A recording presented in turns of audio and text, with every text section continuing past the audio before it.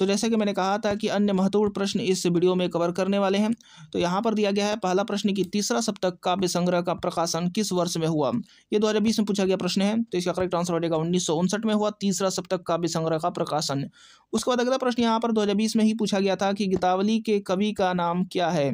तो इसका correct answer क्या हो जाएगा, तुलसीदास। तुलसीदास जो है वो गीतावली के कवि हैं। उसके बाद अगला प्रश्न यहाँ पर तीसरा नंबर दिया गया है कि रीतिबद्ध कवियों में से किन्हीं दो का नाम उल्लेख कीजिए। ये 2019 से पूछा गया प्रश्न है, तो इसका करेक्ट आंसर हो जाएगा ग्वाल कवि और भिखारी दास।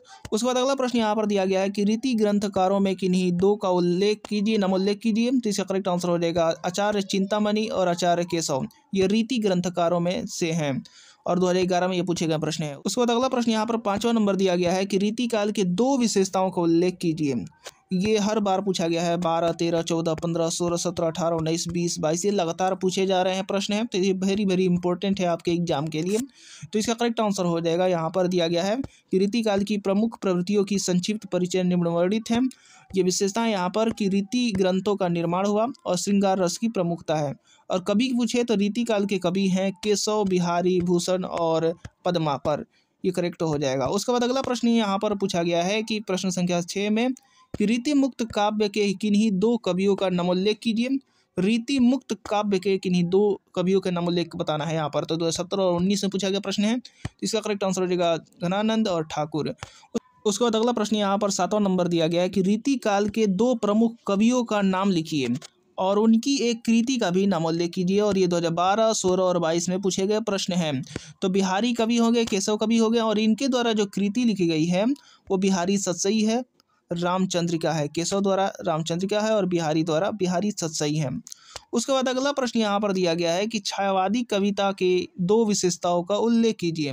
और ये हर बार पूछे गए प्रश्न है, 2022 में भी ये पूछा गया था। तो इसका करेक्ट आंसर क्या हो जाएगा, छायावादी कविता के दो प्रमुख विशेषताएं हैं आत्म परक रचनाएं और सौंदर्य भावना, ये आपको याद रखना है। और प्रमुख छायावादी कवि कौन कौन से हैं, तो जयशंकर प्रसाद, सुमित्रानंदन पंत, सूर्यकांत त्रिपाठी, निराला तथा महादेवी वर्मा। उसके बाद अगला प्रश्न यहाँ पर दिया गया 9वां नंबर की छायावादी युग के दो कवियों के नाम और उनकी एक एक प्रसिद्ध रचना का उल्लेख कीजिए। ये 2012, 15, 16, 17, 18, 19, 20 में पूछे गए प्रश्न हैं। तो ये इंपॉर्टेंट है आपके एग्जाम के लिए। तो जयशंकर प्रसाद और सुमित्रानंदन पंत जो है वो दो कवि हैं छायावादी युग के और इनकी जो प्रसिद्ध रचना है जयशंकर प्रसाद की कमायनी है, सुमित्रानंद पंत की चिदम्बरा है। उसके बाद अगला प्रश्न यहाँ पर 10वां नंबर पूछा गया है कि प्रगतिवादी कविता की दो विशेषताओं पर प्रकाश डालिए। तो यहाँ पर 2012, 15, 16, 17, 18, 19 में पूछा गया प्रश्न है, 20 में भी पूछा गया प्रश्न है। तो प्रगतिवादी की विशेषताएं हैं, यहाँ पर आप लोग देख सकते हैं कि सामाजिक क्रांति का स्वर, प्राचीन रूढ़ियों और मान्यताओं का विरोध है। तो ये करेक्ट आंसर हो जाएगा।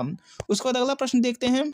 यहाँ पर प्रश्न संख्या 11 पूछा है कि प्रयोगवादी कविता की किन्हीं दो विशेषताओं का उल्लेख कीजिए। तो यहाँ पर विशेषताएं लिखनी है। तो विशेषताएं जो है वो घोर व्यक्तिगतता और अति यथार्थवादी दृष्टिकोण, ये विशेषताएं हैं प्रयोगवादी कविता के। उसके बाद अगला प्रश्न यहाँ पर पूछा गया है कि प्रयोगवादी धारा के प्रमुख दो कवियों के नाम लिखिए। ये 14, 17, 19 और 20 में पूछे गए प्रश्न हैं और इसको घुमा करके पूछा गया है प्रयोगवादी कविता की 4 रचनाओं के नाम लिखिए। यहाँ पर 2015 और 18 में पूछे गए प्रश्न हैं। तो इस देखिए यहाँ पर करेक्ट आंसर क्या क्या हो जाएगा, यहाँ पर रचना दिया गया और यहाँ पर कवि हैं। तो सुनहरे सवाल अज्ञेय, खुशबू के शिलालेख भवानी प्रसाद मिश्र और धूप के धन ये कवि हैं गिरीश कुमार माथुर और ठंड लोहा का जो कवि हैं वो धर्मवीर भारती हैं। ये चारों आपको याद रखना है और इनमें से कोई भी पूछ सकता है, 2 या 3 कोई भी यहाँ पर पूछ सकता है आपके एग्जाम में। यहाँ पर 13 नंबर प्रश्न दिया गया है कि हिंदी के किन्हीं दो प्रगतिवादी कवियों के नाम तथा उनकी एक एक रचना का नाम लिखिए। यहाँ पर 15, 16 और 22 में पूछे गए प्रश्न हैं। तो प्रगतिवादी युग के कवि कौन हैं, तो सूर्यकांत त्रिपाठी, निराला और रामधारी सिंह दिनकर हैं। और जो ये रचना लिखे हैं सूर्यकांत त्रिपाठी निराला की रचना है अनामिका और रामधारी सिंह दिनकर की जो रचना है वो उर्वशी है। ये आपको याद रखना आपके बोर्ड एग्जाम के लिए 3 महत्वपूर्ण है। उसके बाद अगला प्रश्न यहाँ पर पूछा गया 14 नंबर की द्विवेदी युग के 2 प्रसिद्ध कवियों के नाम लिखिए। तो इसका करेक्ट आंसर क्या हो जाएगा, तो इसका करेक्ट आंसर हो जाएगा मैथिली शरण गुप्त और अयोध्या सिंह उपाध्याय हरिऔध। उसके बाद अगला प्रश्न यहाँ पर पूछा गया है 15 नंबर की प्रगतिवादी युग के किन्हीं 2 प्रवृत्तियों का उल्लेख कीजिए।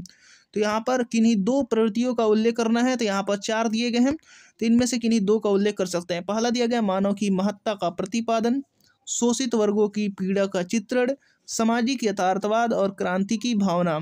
और ये वीडियो आपको पसंद आ रहा है तो इसको लाइक करते रहिए, और चैनल को अभी तक सब्सक्राइब नहीं किया तो चैनल को सब्सक्राइब करके बेल आइकन बटन भी दबा दीजिए, और इसको खूब से खूब सपोर्ट कीजिए और शेयर कीजिए उन लोगों के पास जिनका बोर्ड एग्जाम होने वाला है और 16 फरवरी का उनका हिंदी का एग्जाम होने वाला है, उनके पास शेयर करते रहिए ताकि उनको भी हेल्प मिलता रहे। उसके बाद अगला प्रश्न यहाँ पर दिया गया 16 नंबर की रीति काल के 2 प्रमुख कवियों के नाम लिखिए। तो इसका करेक्ट आंसर हो जाएगा केशव दास व भूषण जो है वो रीति काल के 2 प्रमुख कवि हैं। उसके बाद अगला प्रश्न यहाँ पर दिया गया है कि छायावाद के 2 महाकाव्य बताइए। तो इसका करेक्ट आंसर हो जाएगा कामायनी और यामा। छायावाद के 2 महाकाव्य हैं कामायनी और यामा। उसके बाद अगला प्रश्न यहाँ पर 18 नंबर दिया गया है कि ग्रंथि के कवि का नाम बताइए। ग्रंथि के कवि का नाम बताना है, तो इसका करेक्ट आंसर हो जाएगा ग्रंथि के जो कवि हैं सुमित्रानंदन पंत हैं। उसके बाद 19 नंबर यहाँ पर पूछा गया है कि रीति मुक्त काव्यधारा के 2 कवियों का नाम लिखिए। यहाँ पर रीति मुक्त काव्यधारा के 2 कवियों का नाम लिखना है। 14, 16, 18 और 20 में पूछा गया है, तो घनानंद और बोधा है। उसके बाद अगला प्रश्न यहाँ पर 20 नंबर दिया गया है कि प्रिय प्रवास तथा युगांत के रचनाकारों का नाम लिखिए। यह 2018 में पूछे गए प्रश्न है, तो इसका करेक्ट आंसर हो जाएगा प्रिय प्रवास का हरिऔध है, और युगांत का जो है वो सुमित्रानंद पंत है। उसके बाद अगला प्रश्न यहाँ पर पूछा गया है किस नंबर की परशुराम की प्रतीक्षा के रचनाकार का नाम बताइए। तो परशुराम की प्रतीक्षा का रचनाकार का नाम कौन है, तो इसका करेक्ट आंसर हो जाएगा रामधारी सिंह दिनकर परशुराम की प्रतीक्षा के रचनाकार हैं, आपको याद रखना है। उसके बाद अगला प्रश्न यहाँ पर दिया गया है 22 नंबर की मैथिली शरणगुप्त किस युग के कवि हैं और उनकी एक रचना का नाम लिखिए। ये 2015 और 16 में पूछे गए प्रश्न हैं। तो द्विवेदी युग के ये कवि हैं और इनकी जो रचना है वो साकेत है, ये आपको याद रखना है। उसके बाद अगला प्रश्न पूछा गया है जो कि 22 में पूछा गया था कि दूसरा सप्तक कब प्रकाशित हुआ है। तो इसका करेक्ट आंसर हो जाएगा 1951 में प्रकाशित हुआ है, और इनके जो संपादक हैं वो अज्ञेय जी थे। ये आपको याद रखना है, 2022 में पूछे जा चुके हैं प्रश्न। उसके बाद अगला प्रश्न यहाँ पर दिया गया है 24 नंबर की द्विवेदी युग के कविता की 2 विशेषताओं का वर्णन कीजिए। तो यहाँ पर द्विवेदी युग की 2 विशेषताओं का वर्णन करना है। ये 2018, 19 और 22 में पूछा गया प्रश्न है। देशभक्ति एवं राष्ट्रीय जागरण, मानवतावादी विचारधारा, ये 2 विशेषताएं हैं। उसके बाद अगला प्रश्न यहाँ पर 25 नंबर दिया गया है कि चिदम्बरा तथा दीपशिखा के रचनाकारों के नाम लिखिए। 2012 में पूछा गया प्रश्न है, और यहाँ पर चिदम्बरा का जो रचनाकार हैं वो सुमित्रानंद पंत हैं, और ये जो है 2020 और 22 में पूछे गए प्रश्न है। उसके बाद अगला प्रश्न यहाँ पर दिया गया है कि डॉक्टर राजकुमारी वर्मा, और यहाँ पर दीपशिखा के जो रचनाकार हैं वो महादेवी वर्मा है, ये भी आपको याद रखना है। उसके बाद अगला प्रश्न यहाँ पर दिया गया है कि डॉक्टर राम कुमार वर्मा की एक रचना का नाम है। तो यहाँ पर करेक्ट आंसर हो जाएगा डॉक्टर राम कुमार वर्मा की रचना का नाम है चित्रलेखा एकलव्य उत्तरायण। यहाँ पर एक पूछा है तो केवल एक ही यहाँ पर बताना है आप लोगों को। उसके बाद अगला प्रश्न यहाँ पर 27 नंबर पूछा गया है कि जयशंकर प्रसाद की 2 प्रमुख काव्य ग्रंथों का नाम लिखिए। तो 2 प्रमुख काव्य ग्रंथों का नाम है कामायनी और आंसू। उसके बाद अगला प्रश्न यहाँ पर 28 नंबर दिया गया है कि आधुनिक काल की 2 प्रमुख विशेषताओं का उल्लेख कीजिए। ये 2012 और 16 में पूछे गए प्रश्न हैं। तो पहला विशेषता है आधुनिक काल की गद्य काल का नाम दिया गया है, और दूसरा विशेषता है नई नई कविता का काल रहा, अर्थात नए नए प्रयोग कविता का क्षेत्र में हुए। ये सभी के सभी दोनों जो है विशेषता है आधुनिक काल की 2 प्रमुख विशेषता हैं। उसके बाद अगला प्रश्न यहाँ पर दिया गया है 29 नंबर कि प्रगतिवादी युग की 2 विशेषताएं बताइए। दूसरा यहाँ पर प्रश्न है आंगन के पार द्वार और कश्मीर सुषमा के रचयिता के नाम लिखिए। और यहाँ पर दिया गया तीसरा कि हरिवंश राय बच्चन की किसी एक कृति का नाम लिखिए, किसी एक काव्य कृति का नाम लिखिए। तो यहाँ पर पहला दिया गया प्रगतिवादी युग की विशेषताएं क्या क्या हैं। तो मानव की महत्ता का प्रतिपादन, शोषित वर्ग की पीड़ा का चित्रण, प्रगतिवादी युग की विशेषता, ये आपको याद रखना है। उसके बाद दूसरा यहाँ पर प्रश्न का उत्तर है कि आंगन के पार द्वार के जो रचयिता हैं वो सच्चिदानंद हीरानंद वात्स्यायन अज्ञेय जी हैं, और कश्मीर सुषमा के जो रचयिता हैं वो श्रीधर पाठक जी हैं। उसके बाद अगला दिया गया तीसरा का उत्तर दिया गया है कि हरिवंश राय बच्चन की काव्य कृति मधुशाला है, ये आपको याद रखना है। उसके बाद अगला प्रश्न यहाँ पर 30वां नंबर दिया गया है। 30वां नंबर की रीति काल के 2 प्रमुख कवि लिखना है, और रसखान कवि का मूल नाम क्या था ये भी लिखना है। तो पहला का उत्तर हो जाएगा रीति काल के 2 कवि का यहाँ पर बिहारी भूषण आलम बोधा केशव, 3 में से 2 लिख सकते हैं आप लोग। उसके बाद अगला प्रश्न यहाँ पर दिया गया है, और यहाँ पर रसखान कवि का मूल नाम दिया गया है सैयद इब्राहिम। और 31वां नंबर यहाँ पर प्रश्न पूछा गया है कि महादेवी वर्मा की किसी एक काव्य कृति का नामोल्लेख कीजिए।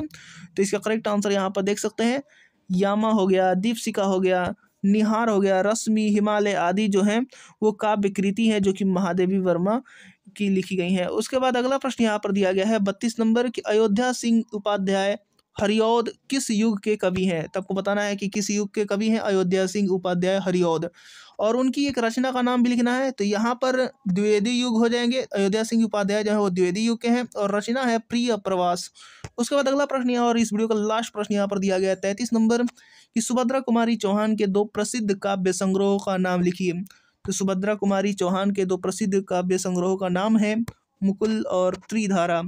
तो इस वीडियो में इतना ही। उम्मीद करता हूँ कि वीडियो आपको पसंद आया होगा, और अभी तक आपने चैनल को सब्सक्राइब नहीं किया है तो चैनल को सब्सक्राइब कर लीजिए और साथ में बेल आइकन बटन भी दबा दीजिए, ताकि हमारा एक भी वीडियो का नोटिफिकेशन आपसे मिस ना हो सके और अपनी तैयारी जम करके यहाँ पर करते रहें। तो मिलते हैं अगले वीडियोज़ में।